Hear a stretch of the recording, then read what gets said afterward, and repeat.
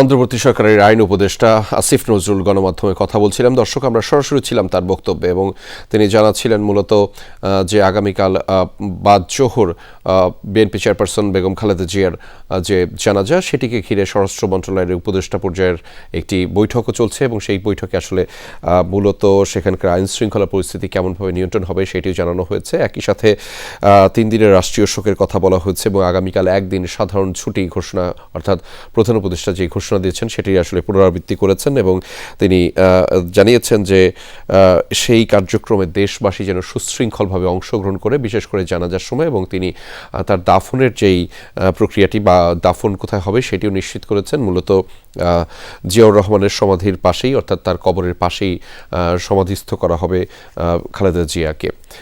এই মুহূর্তে দর্শক আমরা একটু যেতে চাই রাজশাহীতে। সেখান থেকে যুক্ত রয়েছেন সহকর্মী তারেক মাহমুদ, তার মাধ্যমে জানাবো সেখানকার পরিস্থিতি। তারেক, বিএনপি কার্যালয়ে কি অবস্থা দেখছেন সেটি একটু জানতে চাই। আর নেতাকর্মীরা নিশ্চয়ই বিভিন্ন ধরনের প্রতিক্রিয়া জানাচ্ছেন, শোকে মুহ্যমান অবস্থায় রয়েছেন। জানাতে চাই দর্শকদেরকে আপনার মাধ্যমে সেই কথা এবং চিত্র।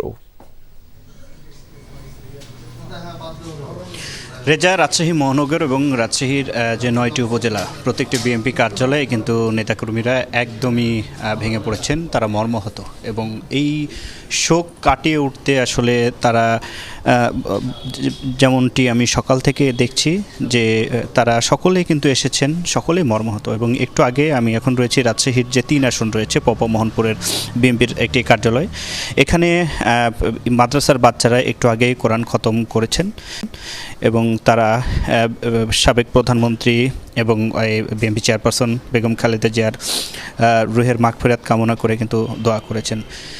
আমি যতটুকু দেখতে পাচ্ছি যে রাজশাহীতে যারা নেতৃবৃন্দ রয়েছেন সকলে আসছেন, সকলেই কিন্তু দুঃখ ভারাক্রান্ত মন নিয়ে তারা যেমনটি বলছেন যে বেগম খালেদা জিয়া শুধু একটি রাজনৈতিক দলের নেত্রী ছিলেন না, তিনি ছিলেন বাংলাদেশের ইতিহাসের এক গুরুত্বপূর্ণ অধ্যায়। এবং আমরা যতটুকু এখন পর্যন্ত দেখছি যে প্রত্যেকটি অফিসেই আসলে শোকের মাতম চলছে এবং তার যে অবদান এবং তার দীর্ঘ সংগ্রাম এবং তার প্রতি জনগণের যে আবেগ বিবেচনা নিয়ে সরকারের তাকে কিন্তু চলতি মাসে রাষ্ট্রের যে গুরুত্বপূর্ণ ব্যক্তি সেটিও ঘোষণা করেছিল।